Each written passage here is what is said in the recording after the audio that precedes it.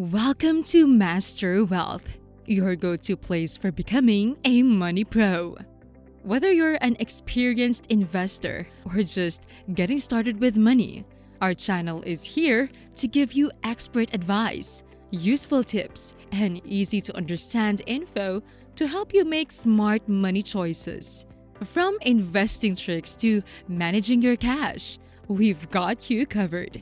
So, click that subscribe button, join a group of money-savvy folks, and let's get started on your path to financial success together. Welcome to Master Wealth, where making the most of your money is what we're all about.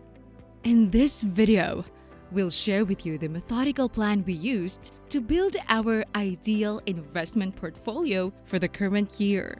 Along the way, we'll explore the advantages of maintaining a diverse investment portfolio, why it's crucial right now, and discuss the calculations for the ideal percentage distribution that most people should aim for. So, what exactly is an investment portfolio? To put it simply, it's a collection of carefully chosen investments that work together to generate long-term profits. These investments can include stocks, bonds, mutual funds, exchange-traded funds (ETFs), real estate, cryptocurrencies, and even alternative assets like art and watches. To create a strong investment portfolio, diversification is key. Let's take Sarah as an example. If she had invested all her life savings of $50,000 in a risky investment and lost it all, it would have been devastating.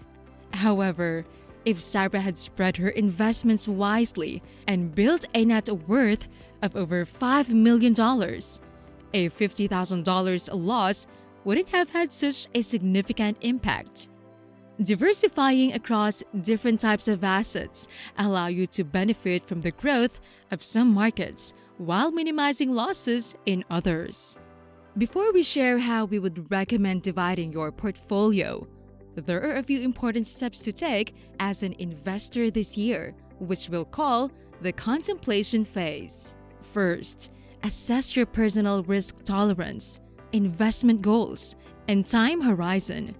Keep in mind that circumstances change, so it's essential to regularly review and adjust your portfolio. Consider whether you have the time to dedicate 3 to 6 hours per week to learn more about your investments, or if you prefer a more hands-off approach. Also, think about whether you can leave your money in the markets for at least 3 years and whether you might need access to those funds during that time.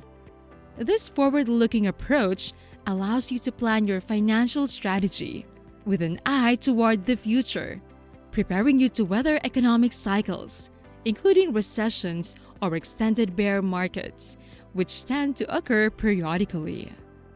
Ladies and gentlemen, we've now reached the exciting part of our video. We'll now explore 3 common types of investment portfolios, starting with the first one, known as an income portfolio.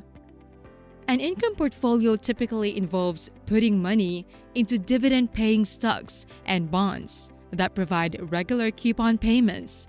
This approach is suitable for individuals seeking lower risk and a shorter to medium-term investment horizon. If you prefer a strategy with less risk but still want to maintain some diversification, consider including both equities and bonds in your portfolio. For those open to a more diversified approach, willing to accept some short-term volatility, and prioritizing moderate gains over maximum returns, the diversified portfolio option may be appealing.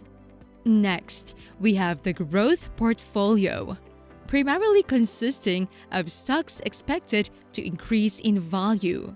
This strategy carries higher risk but can offer substantial long-term rewards. It's ideal for individuals comfortable with a significant degree of risk, a long-term investment horizon, and no immediate need for cash flow.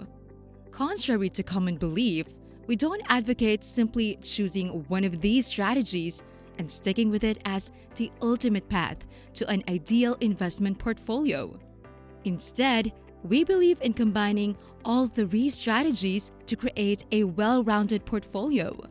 Given the current economic volatility and uncertainties surrounding the United States' future, including concerns about bank failures, economic conditions, homelessness, and the stability of the dollar, it's essential to adopt a balanced and interdisciplinary approach. By doing so, we can leverage the strengths of multiple investment strategies, remain financially resilient, and maximize our earning potential. It's worth noting that some of the investments we'll discuss in this portfolio are designed to thrive even during economic downturns, making bear markets a source of significant opportunities. Now, let us emphasize a couple of other key points. Firstly, our ideal investment portfolio doesn't have room for cash. This assumption is based on the belief that anyone venturing into these markets should have enough funds set aside to cover their living expenses for at least 6 months. Secondly, please understand that our vision of the perfect investment portfolio is based on practical experience rather than formal qualifications or financial burdens. Our credentials consist of a few books, a loyal dog, and a trusty pair of shoes. We encourage you to use the concepts presented here as a foundation for crafting your own portfolio. It's essential to keep an open mind and consider this as a flexible framework rather than rigid financial guidance. Your unique financial situation warrants a personalized approach, considering your specific goals and circumstances as an investor. Now, regarding our portfolio allocation, exchange-traded funds ETFs make up 30% of our total portfolio value. This allocation is chosen because it offers an excellent opportunity for broad market exposure and enhanced diversification. During economic downturns, it's advisable to allocate a larger portion of your portfolio to defensive sectors such as utilities, consumer staples, and healthcare, as these industries tend to exhibit stability during challenging times. Investing in an ETF, which represents a basket of numerous stocks, including the top 100 companies as evaluated by professionals, allows you to achieve a broad market diversification without the need to purchase individual securities in large numbers. Bonds and income stocks should make up approximately 20% of your investment portfolio initially. These are investments in companies that pay regular dividends, providing a steady income stream and shielding you from the ups and downs of the stock market. Buying a bond is akin to lending money to a company or the government, and in return, the bond issuer commits to repaying the bondholder with interest over a predetermined period. It's a process similar to applying for credit, much like obtaining a credit card. Income stocks, on the other hand, are stocks from companies well known for their consistent dividend payments. These dividends offer a stable income source, making them attractive to individuals seeking reliable and regular earnings. If you're not familiar with dividend investing, it's worthwhile to learn more about it to fully reap its benefits. Moving forward, you should allocate 20% of your portfolio to growth stocks. These stocks are expected to outperform the broader market due to their potential for higher growth.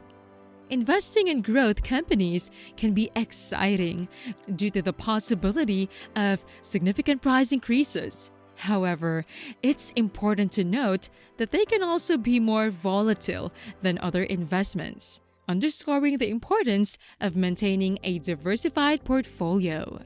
It's essential to bear in mind that during economic downturns or recessions, investors often become more risk-averse, which can lead to suboptimal performance for growth stocks. Therefore, we limit our allocation to this category to 20% to strike a balance between growth potential and risk management.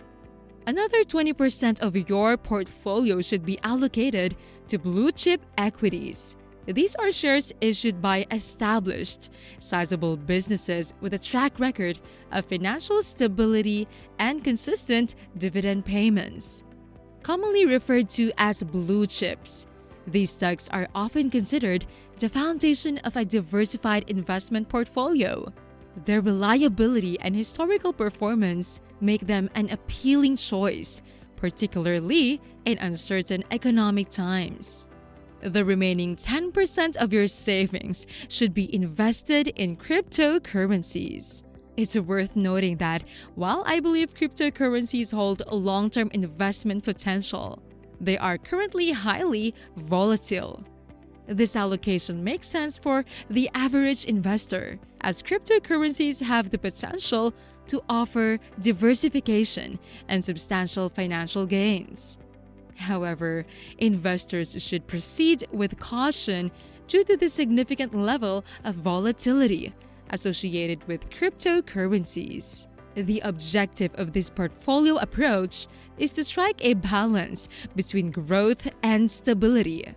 Keep in mind that you may need to make adjustments to align your investment plan with your specific financial goals and risk tolerance. Regularly analyze and modify your portfolio to ensure it remains in sync with your financial objectives. Thank you for joining us on Master Wealth, where we're committed to helping you navigate the complex world of finance and investments with clarity and confidence. If you found this video valuable, don't forget to hit the like button, subscribe, and ring that notification bell so you never miss our latest insights and strategies. Remember, building wealth is a journey, and we're here to empower you every step of the way. Stay tuned for more expert advice and actionable tips on Master Wealth. Your financial success is our mission.